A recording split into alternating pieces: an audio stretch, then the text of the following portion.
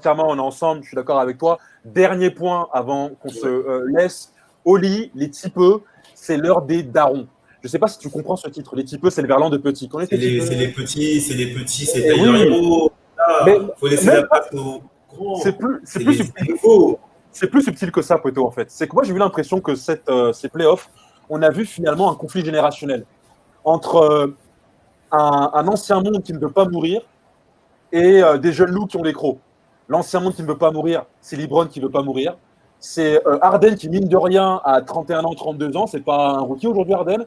Westbrook, pareil. D'autres franchises aussi qui étaient présentes. Chris Paul, par exemple, avec Chris OKC. Paul, ouais.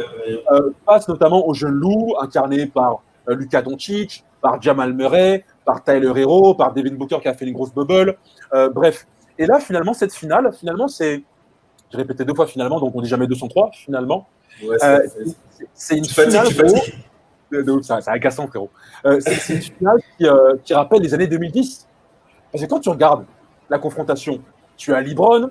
LeBron, voilà, la fin des années 2000, le début des années 2010, Dwight Howard, les années Orlando, t'as Rajon Rondo, les Celtics, t'as Udonis Haslem, t'as Goran Dragic, les années Suns, t'as Jimmy Butler, et la confrontation avec le Miami Heat et Joakim Noah et Derrick Rose de la finale et tout. Bref, non, lui, il n'a pas joué la finale. En tout cas, tu as cette génération, fin des années 2000, début des années 2010, qui revient au premier plan, qui revient devant la scène, qui reprend le contrôle, et notamment de symboles, Spoelstra et Vogel, qui étaient ses coachs qui s'affrontaient en finale de conférence à l'Est, au début des années 2000. Ouais, au début des 2000. Donc, qu'est-ce que tu penses finalement de ces anciens qui reviennent au premier plan et qui reprennent le contrôle de la Ligue et qui disent aux jeunes, les gars, maintenant c'est fini, vous avez fait de belles saisons, mais maintenant c'est devant la télé que ça se passe. En fait, c'est symbolique, mais en même temps, ça ne me surprend pas parce que c'est ce qui se passe aussi. Ça a toujours été comme ça. L'année dernière, pareil, quand les enjeux montent, au final, tu as les tauliers, tu as les gars d'expérience. Les jeunes, ils montrent les crocs, ils montrent les dents en saison régulière et même durant ces playoffs. On a vu Jamal, comme tu as dit, Jamal, Luka, Tyler Hero. Tu as pas mal de jeunes pousses qui essayent, tu vois. Mais au final, les tauliers sont toujours là. Les tauliers sont toujours là et c'est pas anodin. Les playoffs, les finales de conf, les finales NBA, c'est pour ça que je dis le facteur expérience va être très très important et il va pas falloir le négliger. Mine de rien, ça joue. L'année dernière, quand tu regardes les finales, les Raptors, Kawhi, Marc Gasol, Ibaka, Kyle Lowry, ils ont gagné. C'était des mecs d'expérience. Alors que pendant les playoffs, tu avais pas mal de jeunes qui sont révélés, tu avais pas mal de jeunes qui ont confirmé, qui ont essayé, de Donovan Mitchell. Tu vois, tu avais ce truc. Au final, ouais. Parce que là, en fait, tu me parles de. Je suis d'accord avec toi, hein, des joueurs d'expérience. C'est vrai que ce sont des joueurs qui.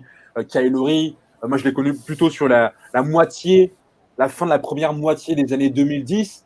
Mais là, quand tu as des Udonis Haslem, bon, tu me diras, il est role-player. Les Dwight Howard, j'aurais jamais cru qu'il serait encore en finale NBA. Ah oui, non, mais ça, c'est sûr.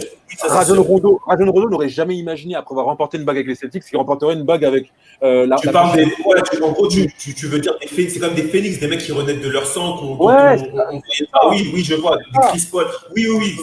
Vogel, Vogel, Spoelstra, on l'a eu. Oui, c'est vrai, tout à fait. Pat Riley, frérot. Pat Riley, c'est l'ancienne époque. Pat Riley, c'est bien évidemment les années Lakers, Knicks, Miami Heat. 2 fois, quand il est d'abord entraîneur, puis après il est general manager. Tu vois, c'est un retour des anciens de la vieille école. Et même dans le jeu, c'est pas le small ball qu'on voit là. On voit 2 équipes avec des big men, on voit 2 équipes qui aiment mettre la balle à l'intérieur, qui font des passes décisives. C'est un peu un retour du jeu à l'ancienne, en fait. Qu'est-ce que tu penses de ça? Oui, ça, je suis d'accord. Ouais, tout à fait. C'est vrai qu'on n'a pas eu trop de small ball. Ben voilà, l'équipe qui essayait, voilà, on a vu le mini ball des Rockets. Ça a marché le premier match. Après, voilà, on a vite vu que le basket, ça reste quand même un sport de grand. Faut arrêter les conneries, tu vois. Ça reste un sport de grand. Ouais. Faut arrêter les bêtises, tu vois. Tu vas pas mettre un pivot de 2 mètres, tu vois, ou un pivot d'1m97. Faut arrêter les macaqueries, tu vois. Donc non, ça reste, voilà, à ce niveau-là, on a vu que le retour aux sources, le retour aux bases de jeu avec des grands, et c'est pas plus mal.